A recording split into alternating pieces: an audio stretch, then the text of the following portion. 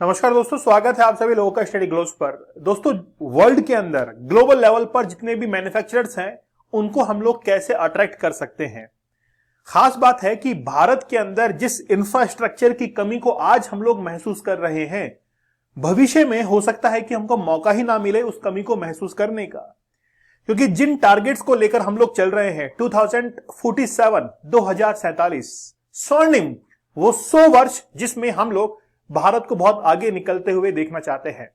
हम लोग कंपेयर करेंगे कि चाइना ने जिस समय 1949 के अंदर अपनी फ्रीडम को गेन किया था, हासिल किया था, तो उसने टारगेट किया कि मैं अगले 100 साल के अंदर 2049 तक बेल्ट एंड रोड इनिशिएटिव से पूरे एशिया को, अफ्रीका को और यूरोपियन जो कॉन्टिनेंट है इसको कनेक्ट कर दूंगा। उसने भी टारगेट लिया, हमने भी टारगेट लिया कि हम लोग 2047 तक भारत को एक मैन्युफैक्चरिंग का हब जो है वो बनाना चाहते हैं। लेकिन कैसे होगा, कैसे पॉसिबल होगा, और हम लोग क्या भारत को एक मैन्युफैक्चरिंग ग्लोबल लेवल पर एक कंट्री जो है वो बना सकते हैं।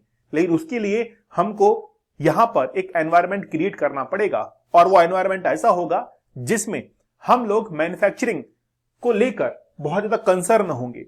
तो how to attract world top manufacturers, हम लोग आखिरकार कैसे अट्रैक्ट कर सकते हैं विश्व के सबसे बड़े मैन्युफैक्चरर्स को। जैसे एप्पल की बात कर लीजिए, आप लोग सैमसंग की बात कर लीजिए, उनको वियतनाम में जाने की आवश्यकता क्यों पड़ी? भारत में क्या वाकई में एक इंफ्रास्ट्रक्चर की या फिर गुड गवर्नेंस की कमी है? या भारत के अंदर कोई भी बिजनेस जब शुरू किया जाता है तो क्या वाकई में बहुत कठिनाई आती है? उसके बारे में हम लोग देखेंगे। दोस्तों, आप लोग को पता है 75 डेज का हार्ड चैलेंज बड़ा डायनेमिक था, बहुत डाइवर्सिफाइड कंटेंट हमने इसके अंदर लिया था। मैंने कोशिश की थी कि आपके अंदर जो बैड हैबिट्स हैं आप लोग उनको छोड़ें और 75 डेज का हार्ड चैलेंज लें। जो 75 टेक्निक्स मैंने बताई हैं उससे आपका एडिक्शन बहुत हद तक जो है खत्म हो जाएगा और आप लोग एक बहुत बेहतरीन लाइफ जिएंगे। तो मैंने कहा था कि आप लोग 75 डेज का हार्ड चैलेंज ले रहे हैं या फिर 100 डेज का हार्ड चैलेंज आप लोग ले सकते हैं, जिसमें आप लोग ये पाएंगे कि आप इनके साथ में अपने एग्जाम को क्रैक कर सकते हैं। आप लोग चाहें तो अपने किसी भी टारगेट को अचीव कर सकते हैं, चाहे आपको वेट लूज करना हो, वेट गेन करना हो, एग्जाम को क्रैक करना हो, तो आप लोग 75 डेज के हार्ड चैलेंज और 100 डेज के हार्ड चैलेंज साथ में जरूर जुड़िएगा। आज यूथ की सबसे बड़ी प्रॉब्लम है कंसंट्रेशन और फोकस। वो कंसंट्रेशन और फोकस उसके पास में वापस आता है तो वो किसी भी अपनी मंजिल तक पहुंच सकता है। तो आप लोग जरूर इस कोर्स के साथ में जुड़िएगा, बड़ा बेहतरीन जो है कोर्स बनाया गया है। चलिए हम लोग टॉपिक पर बात करते हैं। हमने ये डिसाइड किया है कि 2047 तक हम लोग इंडिया को डेवलप्ड नेशंस के अंदर शामिल करेंगे और इंडिया की जो इकोनॉमी है वो $20 ट्रिलियन के आसपास पहुंच जाएगी। हम लोग अभी कहां पर है? $3 ट्रिलियन, $3 ट्रिलियन की इकोनॉमी के साथ में अभी हम लोग खड़े हैं। लेकिन हम लोग अगर यूएसए और चाइना के साथ में कंपीट करना चाहते हैं तो पहले हमको चाइना को बीट करना पड़ेगा और $20 ट्रिलियन की इकोनॉमी हमको 2047 तक बनानी है, तब जाकर हम लोग चाइना को सरपास कर पाएंगे। अब भारत के अंदर पर कैपिटल इनकम होगी लगभग $12,000 के आसपास। फिर 8,000 जो है वो रियल टर्म के अंदर हम लोग अपनी ग्रोथ रेट को जो है 2047 के अंदर देखते हैं। लेकिन भारत के अंदर अगर ये सब कुछ होता है तो millions of Indians out from the poverty, वो गरीबी रेखा से बाहर निकल जाएंगे और साथ ही के अंदर 200 मिलियंस प्लस जो है वो हाई क्वालिटी जॉब्स इंडिया के अंदर अवेलेबल होगी। और साथ ही के अंदर अगर 200 मिलियन के आसपास में हाई क्वालिटी जॉब इंडिया के अंदर होती है तो हम लोग वाकई में 2047 तक अपने टारगेट को अचीव कर पाएंगे और $20 ट्रिलियन की इकोनॉमी भारत को बना पाएंगे। लेकिन क्या इतना आसान होगा? कहां पर रुकावटें हैं उसको अभी हम लोग देखते हैं। सबसे पहली बात है कि लगभग 70 सालों में हमने किया क्या है? फिर पिछले 70 सालों के अंदर हमारी इंडियन इकोनॉमी जो है वो कहां से कहां पर पहुंची है? क्या वाकई में हमने मैन्युफैक्चरिंग के ऊपर ध्यान दिया है या सीधा ही हम लोग सर्विस सेक्टर के ऊपर शिफ्ट कर गए हैं? भारत की सबसे बड़ी प्रॉब्लम यह है कि भारत का आज एग्रीकल्चर सेक्टर जो कि कंट्रीब्यूट करता है इंडियन जीडीपी के अंदर ओनली 18% जीडीपी के अंदर एग्रीकल्चर सेक्टर कंट्रीब्यूट करता है, लेकिन उसके ऊपर डिपेंड 53% जनसंख्या है। 18% अगर केवल जीडीपी के अंदर कंट्रीब्यूट होता है तो उसके ऊपर 53% लोग जो है वो इंडिपेंडेंट हैं। आप सोचकर देखिए कैसे हम लोग ग्रो कर पाएंगे। और सबसे बड़ी प्रॉब्लम है कि हम लोग प्राइमरी सेक्टर से सीधा टर्शियरी सेक्टर के ऊपर शिफ्ट कर चुके हैं। अगर हम लोग स्टेप बाय स्टेप चलते, primary, secondary and tertiary sector, लेकिन भारत के साथ में क्या प्रॉब्लम हुई, हमने कभी भी सेकेंडरी जो सेक्टर है, मैन्युफैक्चरिंग जो है, उसके ऊपर कभी शिफ्ट किया ही नहीं है। हम लोग प्राइमरी से सीधा जंप किए हैं सर्विस सेक्टर के ऊपर, और इसीलिए आज हमारा सर्विस सेक्टर सबसे ऊपर जो है वो चल रहा है। हमने कहीं ना कहीं लिंक जो है वो मिस किया, लेकिन Taiwan, Japan, south Korea, China और वियतनाम ने ये लिंक जो है वो मिस नहीं किया। आज इसीलिए उनकी इकोनॉमी बहुत आगे जो है वो पहुंच चुकी है। इसीलिए आज किसी भी कंट्री, भारत ही नहीं, अगर कोई भी कंट्री है, उसके लिए it's very difficult to any country to be global competitive in every category. किसी भी कैटेगरी के अंदर, चाहे प्राइमरी हो, सेकेंडरी हो, टर्शियरी हो, चाहे फिर वो कोई भी अपीरियल हो, चाहे शूज हो, चाहे फिर वो मेटेलिक इंडस्ट्री हो, अगर किसी में भी ग्रो करना है तो उसके लिए बहुत टिपिकल होगा, जैसे भारत के लिए है। और ये सब कुछ डिपेंड करता है उसके डेमोग्राफिक डिविडेंड के ऊपर। Demographic dividend it's a most important component to grow any country. अगर आज चाइना आगे निकला है तो सबसे महत्वपूर्ण है, उसने अपने ह्यूमंस को ह्यूमन कैपिटल के अंदर कन्वर्ट किया है। चलता फिरता इंसान स्किल्स को लेकर चलता है। आज चाइना के अंदर, भारत के अंदर क्या है, एक ग्रेजुएट पर्सन, एक पोस्ट ग्रेजुएट पर्सन, यहां तक कि डॉक्टरेट पर्सन वो चपड़ासी की पोस्ट के लिए अप्लाई करता है। आप देख लीजिए रिकॉर्ड उठाकर। क्यों? क्योंकि उसके पास में स्किल्स नहीं है, उसके पास में वो क्वालिटीज नहीं है, उसके पास में वो कैपेबिलिटीज नहीं है, इसीलिए वो अप्लाई करना शुरू कर देता है इन पोस्ट के लिए। वो डिपेंड होता है गवर्नमेंट जॉब्स के ऊपर, और ये सच्चाई है। हमने हमारे ह्यूमन को ह्यूमन कैपिटल के अंदर कन्वर्ट नहीं किया है। सच्चाई सुनकर थोड़ा डर आप लोगों को लग रहा होगा, लेकिन वाकई में यही सच है। आप जब रिकॉर्ड उठाकर देखेंगे तो आज जब भी एप्लीकेशन फॉर्म्स आते हैं, चाहे फिर वो चपरासी की पोस्ट को ना हो, पीएचडी होल्डर्स भी उसके लिए अप्लाई कर रहे हैं। हमने डिग्री को लेने के लिए विश्वास रखा, लेकिन स्किल्स को हमने, यानी कि डेमोग्राफिक डिविडेंड जो था, इसको मजबूत नहीं किया। दूसरा, हमारे पास में कई सारे सेक्टर्स हैं, जैसे अपीयरेंस है, फुटवियर है, फर्नीचर है, टॉयज है and hand tools to boost the growth trajectory. अगर हम लोग वाकई में बूस्ट करना चाहते हैं, और लगभग मान लीजिए कि 20 ट्रिलियन, जैसे मान लीजिए कि हम लोग बात करें $1 ट्रिलियन इकोनॉमी, तो एक्चुअली के अंदर $1 ट्रिलियन की इकोनॉमी तो ये कुछ एक सेक्टर भी हमको दे देंगे। इसलिए हमको थोड़ा सोचने की जरूरत है। दुनिया की फैक्ट्री चीन के सामने कहां खड़ा है भारत? मैन्युफैक्चरिंग के मामले में कब मिल पाएंगे हमें आंख से आंख? मतलब देखिए आर्टिकल्स किस तरीके से लिखे जा रहे हैं, लेकिन वाकई में सच्चाई है। चीन आज 31% वैश्विक उत्पादन के साथ में शीर्ष पर है, और भारत 3% के साथ में बहुत पीछे पिछड़ा हुआ है। सीधा आप लोग देख सकते हैं कि भारत जो है वो 10 टाइम्स पीछे है, 10 गुना पीछे है, और ग्रो जबरदस्त करना पड़ेगा। 10 गुना तक हमको ग्रो करना पड़ेगा। उसके लिए इंफ्रास्ट्रक्चर है, प्रोडक्शन जो यूनिट्स है वो हमको बढ़ानी पड़ेगी। 2022 में दुनिया में जितनी मैन्युफैक्चरिंग हुई उसका 31% अकेले चीन से आया, और चीन को इसलिए दुनिया की फैक्ट्री कहा जाता है। तो 1/3 मैन्युफैक्चरिंग चाइना से आ रहा है, और चाइना की इकोनॉमी को उसी ने बूस्ट किया है। इस मामले में दूसरे स्थान पर यूएस रहा है, लेकिन वह भी चीन से कोई थोड़े अंतर से ही पीछे नहीं है। वर्ल्ड मैन्युफैक्चरिंग में यूएस की हिस्सेदारी 16% रही है। चाइना चीन से लगभग आधी ही है, मतलब चाइना 31%, ये 16 पे अटक गया। उसके बाद में जापान है, फिर जर्मनी है, और फिर कहीं भारत का नंबर आता है पीछे गुड़ते पड़ते जो होते हैं उनके अंदर। लेकिन भारत का शेयर 2022 में मात्र लगभग 3% मान लीजिए। कहां पर 31% और कहां पर केवल 3%, बहुत ज्यादा डिफरेंस हो गया।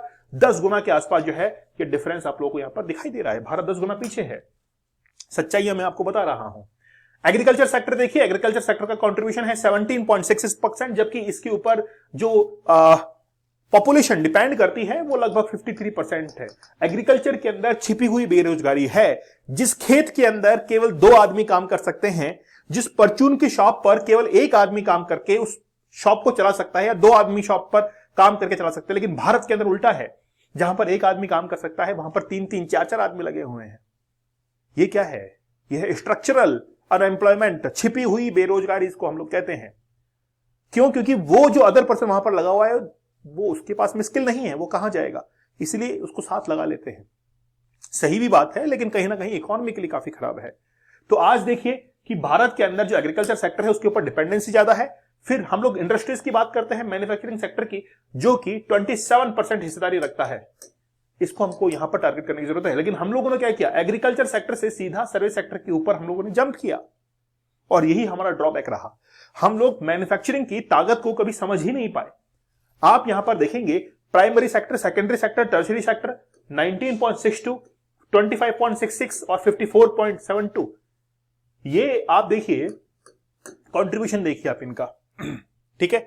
और अगर हम लोग मैन्युफैक्चरिंग की बात करते हैं तो 14.27 मैन्युफैक्चरिंग से आता है, जबकि इलेक्ट्रिसिटी, गैस, वाटर सप्लाई इसका कंट्रीब्यूशन 2.48 है और कंस्ट्रक्शन जो है वो 8.91 है। तो हमको वाकई में अगर टारगेट करना है तो मैन्युफैक्चरिंग को टारगेट करना पड़ेगा और वही हमने अभी गैप जो है वो छोड़ दिया है। 1950 से बात करें तो 1950 के अंदर भारत की जीडीपी के अंदर एग्रीकल्चर का जो कंट्रीब्यूशन था वो 45% था, जो 17% पे आ चुका है, बिल्कुल जस्ट हाफ से भी कम। और फिर मैन्युफैक्चरिंग देखिए कितना था, लगभग 10.5%। फिर हमने ग्रो किया लेकिन ज्यादा ग्रो नहीं कर पाए। 1950 के अंदर जब हमने फ्रीडम हासिल की उस समय सर्विस सेक्टर 33% पर, लेकिन आज देखिए आप सब कुछ उलट पुलट हो चुका है। उलट पुलट इन द सेंस कि हम लोगों ने मैन्युफैक्चरिंग की जो ताकत है उसको नहीं समझा है। अब देखिए आप हाई इनपुट कॉस्ट, सबसे बड़ी कमी, सबसे बड़ी यानी कि ड्रॉबैक भारत के अंदर क्या चल रहा है अभी, इनपुट कॉस्ट जो है वो हमारे लिए ज्यादा है। यूनिट इकोनॉमिक्स हमारे लिए बहुत महंगी पड़ती है। हम लोग अगर 5 मोबाइल फोन मैन्युफैक्चर करना चाहते हैं बहुत महंगा पड़ता है, वहीं पर चाइना एक साथ 500 मोबाइल फोन मैन्युफैक्चर कर देगा। उसको पता है कि आज नहीं तो कल मार्केट मेरा जरूर होगा और मैं मार्केट के अंदर अपने मोबाइल फोन को सप्लाई करूंगा। तो हमारे लिए जो यूनिट मैन्युफैक्चरिंग है वो बहुत कम पड़ता है, इसीलिए high input cost is the biggest constraint for most labour intensive sectors in the export market. तो एक्सपोर्ट अगर हमको करना है तो हमको ये इनपुट जो कॉस्ट है वो कम करना पड़ेगा, कट करना पड़ेगा। आज सबसे देखिए, जैसे हमको पाम ऑयल देखिए आप मलेशिया से हम लोग इंपोर्ट करते हैं, रबर देखिए हम लोग इंपोर्ट करते हैं। अगर हमको कोयला करना है इंपोर्ट तो हम लोग एंथ्रासाइट जो कोयला है, कोल है, इसको इंपोर्ट हमको करना पड़ता है। तो हमारे लिए जो इनपुट कॉस्ट है वो बहुत महंगी है। साथ ही के अंदर मेटल्स, फाइबर्स, रबर्स, ये हमारे लिए बहुत ज्यादा क्रिटिकल इनपुट्स हमारे लिए बनते जा रहे हैं, which rises their price in the domestic market। तो डोमेस्टिक मार्केट के अंदर इनकी प्राइस काफी ज्यादा रहती है, इसीलिए हम लोग क्वालिटी जो कंट्रोल होता है वो तो कर पाते हैं, लेकिन हमारे लिए जो इनपुट कॉस्ट होती है वो बहुत महंगी पड़ती है। इसीलिए जितना हमको पड़ेगा बहुत महंगा हम लोग एक्सपोर्ट कर पाएंगे। सबसे बड़ी प्रॉब्लम हमारी यहां पर ये निकल के आती है। फिर हमारे इंडिया के अंदर बैरियर्स काफी सारे हैं, एनवायरमेंटल क्लियरेंस लेनी पड़ती है, इंफ्रास्ट्रक्चर, सप्लाई चेन मैनेजमेंट, ये सब कुछ जो है उसके लिए बहुत समय लगता है और स्किल्स की काफी कमी है, क्योंकि हमारे यहां पर पढ़ाई करना पसंद करते हैं डॉक्टर्स की, हमारे यहां पर पढ़ाई करना पसंद करते हैं इंजीनियर्स की, लेकिन आखिरकार इकोनॉमी के लिए कौन पढ़ेगा। आप देखिए स्कूलिंग के अंदर जब कोई बच्चा पढ़ता है तो उसको इकोनॉमिक जो एजुकेशन है वो नहीं दी जाती है, केवल पढ़ाया जाता है कि क्लास को पास करना है, लेकिन इकोनॉमिक मैनेजमेंट कैसे करना है वो नहीं पता है ना। ठीक है, प्लग एंड प्ले इंफ्रास्ट्रक्चर की बहुत कमी है। जैसे मान लीजिए मुझे कुछ शॉप खोलनी है, मैं जाऊं और वहां पर सब कुछ रेडी मिले, केवल सामान भरा दुकान चालू, लेकिन ये नहीं है यहां पर। यहां पर पहले जगह देखो, दुकान को तैयार करो, फिर वापस सामान भरो, चल ऐसा नहीं होगा। अगर ऐसा हो जाता है, प्लग एंड प्ले वाला इंफ्रास्ट्रक्चर बनता है, कोई भी काम शुरू करना है झट से शुरू हो जाएगा, तो वो उस इंफ्रास्ट्रक्चर को हमको डेवलप करना पड़ेगा। ये हमारे लिए बहुत बड़ा बैरियर है, ठीक है ना। फिर सेंटर और स्टेट दोनों आपस में काफी कॉन्फ्लिक्ट करते हैं। सेंट्रल के अंदर कोई दूसरी गवर्नमेंट है, स्टेट में कोई दूसरी गवर्नमेंट है। अब एक्चुअली में उससे सर्वाइव यानी कि कौन करता है, सफर कौन करता है, वहां की जनता करती है, ठीक है ना। अब दोनों अलग अलग पार्टीज की अगर सरकार है तो फिर बहुत ज्यादा रूल्स को लेकर प्रॉब्लम आती है, स्टेट्स जो रूल्स है ना उसको लेकर प्रॉब्लम आती है। इसीलिए कई बार ये कहा जाता है कि इसके अंदर यूनियन जो गवर्नमेंट है वो काफी पावरफुल होनी चाहिए। जैसे एप्पल जैसे और वियतनाम विथ सैमसंग, तो सैमसंग वियतनाम के अंदर चला गया इंडिया को छोड़कर, है ना। आना इंडिया में चाहिए था लेकिन आया नहीं। Apple already has India single largest factory with over 45,000 employees. Apple के पास में ताकत है, 45,000 लोगों को वो एम्प्लॉय कर सकता है एक छत के नीचे, और सैमसंग के पास में लगभग 1,10,000 जो एम्प्लॉइज है उनको वो क्या कर सकता है, एम्प्लॉयमेंट जो है वो जनरेट कर सकता है। और हमारे पास में कुछ सेक्टर है जैसे अपीयरल है, फुटवियर है, टॉयज है, इनके अंदर अगर हम लोग ग्रो करते हैं, इनकी ताकत को समझना पड़ेगा, इनके अंदर कंपटीशन करना पड़ेगा, हाई क्वालिटी गुड्स जो है वो हमको मैन्युफैक्चर करने पड़ेंगे, तब जाकर हम लोग मैन्युफैक्चरिंग के सेक्टर के अंदर आगे बढ़ पाएंगे। Countries to attract global value chains, ठीक है ना। ऐसे कंट्रीज को भी हमको अट्रैक्ट करना पड़ेगा जो भारत में आकर जॉब को क्रिएट करे, स्किल्स को डेवलप करे, उनको हमको इन्वाइट करना पड़ेगा, ठीक है। India needs to focus on a potential high growth sector for export and job growth। मतलब हमको अगर हाई ग्रोथ जो सेक्टर्स है, जैसे हमने बात की अपीयरेंस की बात की, फुटवियर्स की बात की, मैन्युफैक्चरिंग, फर्नीचर्स की बात की, वो हमारे लिए काफी बेनिफिट देकर जाते हैं। तो हमको वो सेक्टर जो है वो चूज करने पड़ेंगे ताकि हम लोग उनको मैन्युफैक्चर कर पाए और एक्सपोर्ट कर पाए। फिर मैन्युफैक्चर को बढ़ावा देने के लिए भारत को तेजी से काम कर रहा है। चीन के खिलाफ बनते सेंटिमेंट, अब देखिए चाइना के खिलाफ, चाइना और यूएसए देख लीजिए आप लोग, क्या इनके रिजल्ट्स हैं। हुआवे को बंद किया गया यूएसए के द्वारा, और चाइना को लेकर बहुत सारे देश जो है वो आज ना खुश हैं। कुछ एक देश जो है चाइना के फेवर में है। जो सेंटिमेंट्स चाइना के खिलाफ बन रहे हैं वो भारत को फायदा पहुंचा सकते हैं। भारत सरकार की मेक इन इंडिया इनिशिएटिव के जरिए वैश्विक कंपनी को भारत में निवेश करने के लिए आकर्षित किया जा रहा है। प्रोडक्शन लिंक इनिशिएटिव स्कीम के जरिए कंपनियों को भारत में विनिर्माण निर्माण करने पर मौद्रिक लाभ जो है दिए जा रहे हैं, मॉनेटरी बेनिफिट मिल रहा है उनको। पीआईएल प्रोडक्शन लिंक इंटेंसिटिव है ना, 16 अलग अलग सेक्टर्स में लागू कर दिया गया। इसके बाद बजट को भी बढ़ाकर 16 लाख करोड़ रुपए कर दिया गया। तो बजट जो है उसको बढ़ाने की जरूरत है, इंफ्रास्ट्रक्चर कनेक्टिविटी को बढ़ाने की आवश्यकता है, ठीक है ना। तो तब हम लोग ग्लोबल लेवल पर बहुत सारे कंट्रीज को अट्रैक्ट कर सकते हैं। दोस्तों आप लोग हमारे 75 डेज के हार्ड चैलेंज और 100 डेज के हार्ड चैलेंज को जरूर ज्वाइन कीजिएगा अगर वाकई में आप लोग जीवन के अंदर सफल होना चाहते हैं। चैलेंज है आपके लिए। देखिए, पोर्नोग्राफी ने आपकी मानसिकता को खराब किया है, ये बात तय है, लेकिन आप समझते नहीं है, आप जो है उसके लिए तैयार ही नहीं है कि यार हमको इतना नुकसान पहुंचाया है, तो बाहर निकले इससे। चलिए मिलते हैं आप लोगों से अगले सेशन के अंदर। तब तक धन्यवाद, थैंक यू, जय हिंद।